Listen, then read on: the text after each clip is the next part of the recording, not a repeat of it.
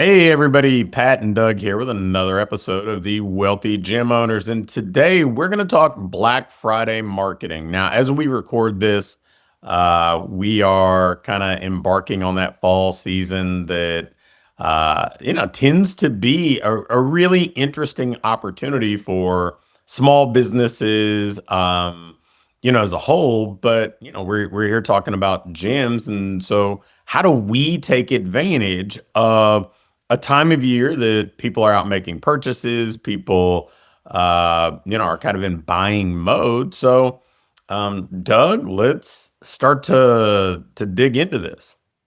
Yeah, I think the first thing I would maybe want to mention is we are not retail. So let's try hard not to um, mimic or set. I mean, I think there's things we can learn from the retail world, of course, but um, you know, they're often using that as a time to get rid of inventory and slash prices to the extreme because it's just they've already purchased the inventory and they're trying to get rid of it. Because we, being a service business, have to then deliver said service that we sell. I would just want to be cognizant of that when we price things. And we can certainly talk about that as about what pricing should look like on Black Friday. But just from a high level, the understanding that we're not retail, and although we can capitalize on the weekend, certainly we're not going to be competing with the Targets and the Walmarts of the world.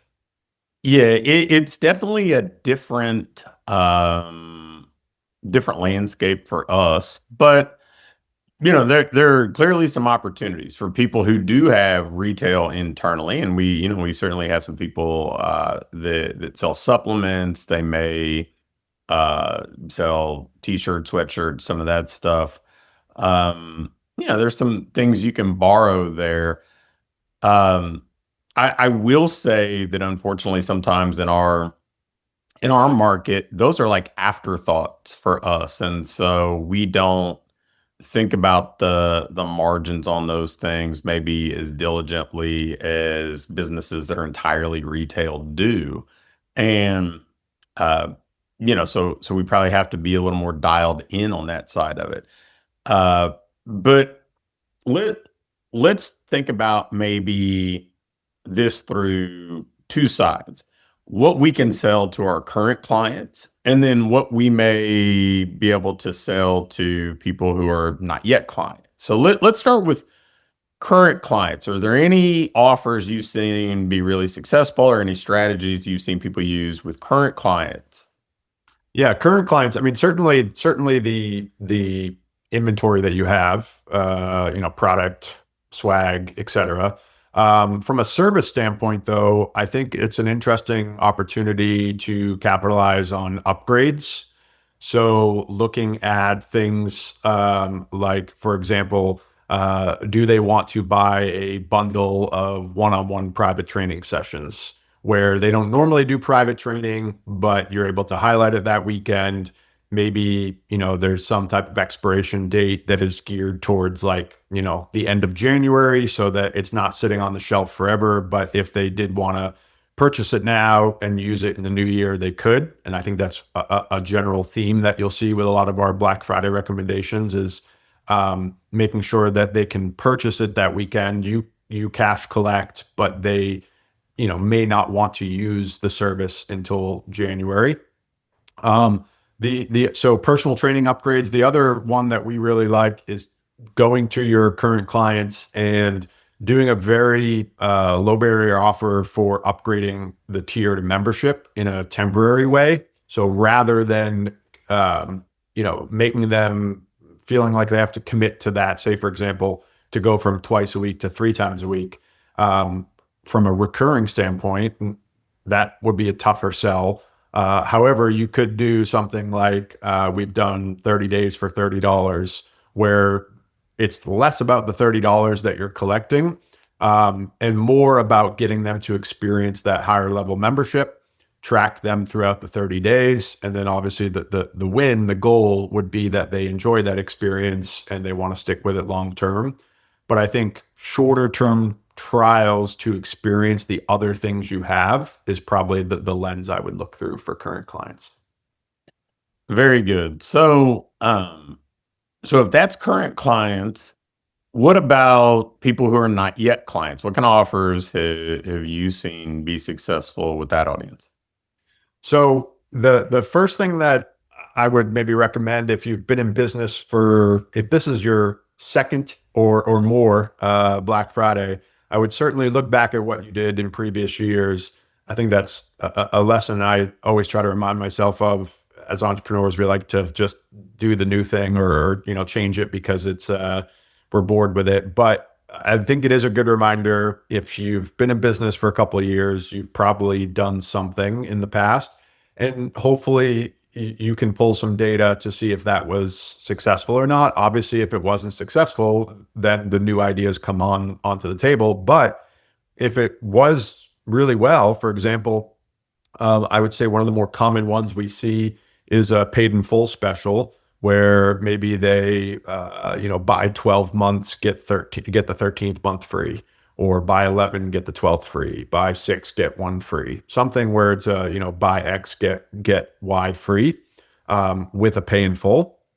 The paid in full, the one word of caution I always give with paid in fulls is certainly want to limit those. We typically limit it between 5 and 10 people, just so that you don't kill your recurring revenue, because although it will feel good in November and December, it will not feel good in March and April, when you no longer have those that revenue coming in from the client and the cash is long gone. So paid in full specials, again, minor discounts. I think certainly the discount plays a part. 10 to 15% is typically what we see. But it's more just about putting the offer in front of the people, I think, rather than having to do this extreme discount. So paid in full specials will be the big one. The other one that does really, really well is if you are doing a January program, some type of January trial, January challenge, January front end offer, to pre-sell that on Black Friday at an early bird rate. So for example, if you're going to do a 90-day program in the new year, that's $1,500. You may offer it on Black Friday for $997 as a incentive for people to buy now. You collect the cash now, but they don't actually have to start using it until January. So those would be the big ones that come to mind for me.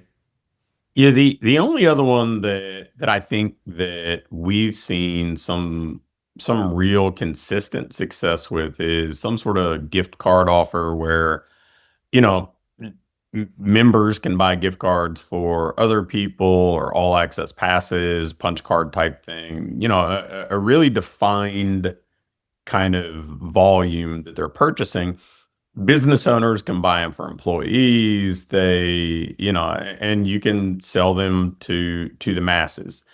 And that obviously has some perks. You're getting a group of people who are relatively qualified leads. You're collecting cash up front without, very much like the old Groupon days. It's they're not all going to come flooding in on the same day, right? So it's not gonna impair your fulfillment ability in any way. So that's not going to be a big cash driver, but it's going to be some movement to get some people kind of basically into your follow-up system that you can do some things with. And one of my favorite things for the first maybe 6 weeks of the year is just how many people can we take out of the market, that aren't shopping around. They're spending their time with us. And if somebody received this as a gift for Christmas or whatever else, there's a high probability that they're going to be out of the market. They're going to at least come in and use this before they go and test the water somewhere else where they're having to pay sticker. So, yeah, I've always thought, even outside of Black Friday, I know we've shared this in the past, where you look at your marketing strategies, and certainly there's, the digital side of things, but for the local brick and mortar owners, anytime you can have, everybody's unrealistic, but the goal being that everybody that lives in that community has something physical to try out your gym. And obviously the gift card during Black Friday is a perfect example of that. But if somebody has a gift certificate, a VIP pass, an all access pass, a coupon, whatever, physical, when they do face that pain of, okay, I need to do something about my fitness, you are top of mind because there's something physical in their possession.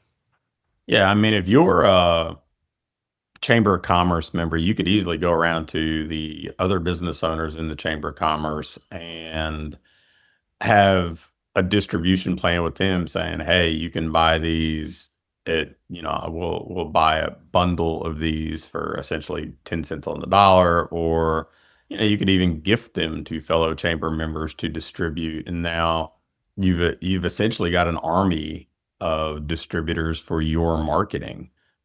So definitely some neat ideas there where that's probably not going to be their only gift to employees or whatever else, but it can certainly go in the stocking, so to speak. For sure.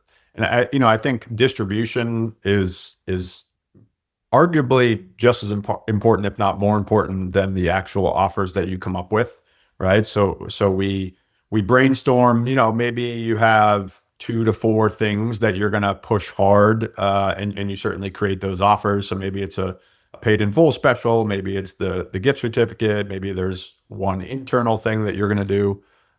So creating the offers is certainly step one. However, I would spend an equal or greater amount of time thinking about how you're going to distribute that offer.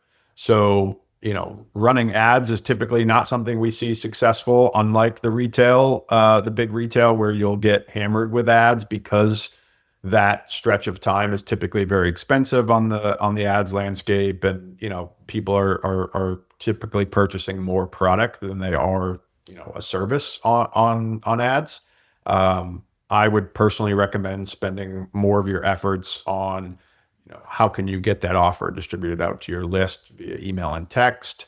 How can you, get it out to the community, whether it be the business visits or the chamber visits or any of those things. But certainly making sure we spend an equal amount of time on the distribution plan, not just the offer plan. Yeah, and if you're somebody who's been hesitant to market aggressively, you don't want to quote unquote bother people or something like that. This is definitely the time you've got to let go of that, because it's going to be the noisiest marketing time of the year. So, multifaceted approaches, like you mentioned, email and text, personal outreach is great. Voicemail drops, social posts to keep it in front of people. If you say I'm just going to do one of those things, it's probably not going to get enough traction, because people need to see it enough to make a decision. And I know we talk about this from time to time. If you're ever on a Zoom with somebody and they share their screen, they'll have a million tabs open a lot of the time, right? Like, so even if somebody sees it, doesn't mean it's getting their attention now, right? So we have to keep it in front of them with enough repetition that they can make that decision. They can say, okay, yeah, I do want to pick this up. And that's where having something that for non-clients is an impulse buy is a little bit more helpful, because it's not such a big decision. For current clients, they're already more informed. They know what to expect. They're saying, hey, this is a good deal, right? And you have more touch points with them. You have more in-person time to kind of plant the seeds. So just, yes, keep that in mind. Distribution's key, and just upping the volume on getting the word out. Yeah, we typically, if you're promoting, and some people even, and I have never done this, so I can't speak to the results, but I know we have had clients and others that have kind of started the promotion before the Black Friday weekend. but just the volume. I mean, I would say at minimum, making sure during that window of, say you're going to promote it for 4 days. If you're sending out text, you're probably sending out 2 texts a day, not, one text or 2 texts over the 4 days, right? So you might be sending out 8 to 10 text messages, 8 to 10 emails over those 4 days. And although for you that sounds like a lot, like you said, I mean, they're getting inundated with hundreds of emails and texts. And so just figuring out a way to get the volume, but also, the personal outreach, things like that it can feel different. I think the consumer nowadays knows when something's automated. Doesn't mean it's bad, but if you can do personal outreach, I think you're certainly going to stand out and be kind of that purple cow on what will be obviously a very busy promotion weekend. All right. Well, I'm sure we'll do some additional Black Friday training separate from the podcast here. So be on the lookout for those if you want to jump in. We're always eager to help. And that's another episode of the Wealthy Gym Owners with Pat and Doug signing off.